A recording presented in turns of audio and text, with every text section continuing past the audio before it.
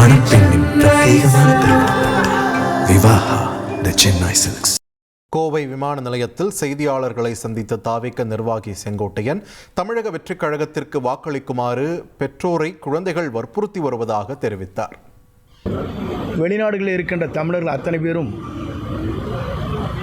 தேர்தல் தமிழ்நாட்டில் எப்போது நடைபெறப் போகிறது என்பதற்காக 3 லட்சம் பேர்கள் பதிவு செய்திருக்கிற வரலாறு தமிழ்நாட்டிலே உலக வரலாற்றில் இந்திய வரலாற்றில் இடம்பெற இருக்கிறது. ஆகிய ஒரு புதிய தலைமை தமிழகத்தை ஆள வேண்டும், அதுவும் நம்முடைய வெற்றிக் கழகத்துடைய தலைவர் ஆள வேண்டும் என்ற நோக்கம் புதிதாக வாக்களிக்கின்ற ஒவ்வொருடைய எண்ணங்களிலும் இருக்கிறது. 35 வயதுக்கு கீழே இருக்கிற அத்தனை பேருடைய ஒருமித்த கருத்தாக இது பிரதிபலித்து கொண்டிருக்கிறது.